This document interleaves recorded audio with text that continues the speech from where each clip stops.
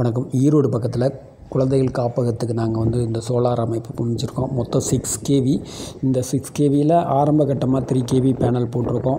மேலே ஃபீச்சர்ஸ் வந்து நம்ம வந்து இன்னும் 3 கேவி பேனல் போட்டுக்கலாங்கிற மாதிரி அவங்களுக்கு ஐடியா பண்ணி கொடுத்துருக்கோம். இந்த சைட்டோட ஃபெசாலிட்டி என்னன்னா, இதுலேருந்து சோலார்லேருந்து வரக்கூடிய இந்த சிஸ்டத்தை நீங்கள் வந்து பேட்டரிலையும் சேமிச்சிக்க முடியும், அதே சமயத்தில் கவர்மெண்ட்டுக்கும் விற்றுக்க முடியும். ஹைப்ரிட் மாடலாக கொடுத்துருக்கோம். நிறைய இடங்கள் நம்ம சொல்லக்கூடியதுனா ஆன்கிரிடை பொறுத்தளவுக்கு பவர் போயிடுச்சுன்னா வந்து ஜென்ரேட் ஆகாது. அப்போ அந்த மாதிரி டயத்தில் ஜென்ரேட் ஆகக்கூடிய பவர் வந்து உங்களுக்கு லாஸ் இல்லையா? ஸோ இந்த மாதிரி அமைப்புகளை பொறுத்தளவுக்கு என்னென்னா, சோலார்லேருந்து வரக்கூடியதை பகல் நேரத்தில் நீங்கள் முழுமையாக நீங்கள் பயன்படுத்தி ஏசி மோட்டர் எல்லாமே சகலம் எதுவும் நீங்கள் அந்த மேண்டேட்டிங்கிறதே கிடையாது.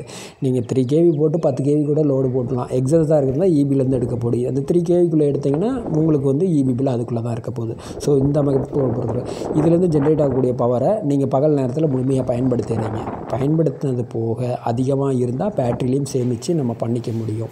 இதில்னா இபிஎஸ் ஷேரிங் கொடுத்துருக்கோம். இபி ஆப்ஷன் கொடுக்கறதுனால இபி இருந்தாலும் நம்ம வந்து ஓட்டிக்க முடியும். மகமட்டாரத்தில் இபி வச்சு ஓட்டிக்க முடியும். ரெண்டாவது என்னென்னா, சப்போஸ் இந்த சோலார்லேருந்து ஜென்ரேட் ஆகக்கூடிய பவர் உங்களுக்கு நான் பகல் நேரத்தில் யூஸ் பண்ணல அப்படின்னா, ஜென்ரேட் ஆகக்கூடிய பவரை கவர்மெண்ட்டுக்கு டைப் பண்ணிட்டோம்னா கவர்மெண்ட்டு எக்ஸ்போர்ட் ஆகிக்கும். ஸோ இப்போ இருக்கக்கூடிய நடைமுறை திட்டத்தின்படி நீங்கள் அந்த பாலிசியில் போல நீங்கள் உங்களை சேவிங் எடுக்கலாம். சப்போஸ் வந்து யூனிட் அட்ஜஸ்ட் பண்ணலாம், இல்லாட்டி வந்து பே கொடுத்து பே வாங்கிக்கலாம். ஒரு யூனிட்டுக்கு எவ்வளோ சார்ஜ் இருக்குது அந்த சார்ஜ் படி நம்ம இந்த அமைப்புகளை பொறுத்தளவுக்கு 2 வித அமைப்புகளாகவும் இருக்குது. ஸோ இதனால் உங்களுக்கு வந்து இபி பில் ரொம்பவே நல்லா மிச்சப்படுத்த முடியும்.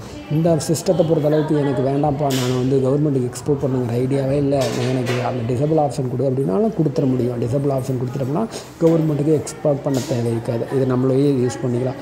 சப்போஸ் நான் எனக்கு வந்து இபியே கொடுக்கக்கூடாதுப்பா, இதை மட்டும் சோலாரை வச்சு பயன்படுத்தினாலும் சோலாரை வச்சு கூட நீங்கள் பயன்படுத்திக்க முடியும். இந்த மாதிரி அமைப்புகள் யாருக்கெல்லாம் ரெக்கமெண்ட் ஆகும் அப்படின்னா, ஹாஸ்பிட்டல் 24/7 யூஸ் பண்ணக்கூடிய எல்லா இடங்களுக்குமே, பெட்ரோல் பங்க் ஆகட்டும், இல்லை வந்து ஒரு ட்ரஸ்ட் ஆகட்டும், இல்லை வந்து ஒரு ஆஃபீஸ் பயன்பாடுகளாகட்டும், இல்லை ஒரு வணிக நிறுவனங்களாகட்டும், எல்லாத்துக்குமே இந்த அமைப்புகள் வந்து ரொம்பவே இருக்கும்.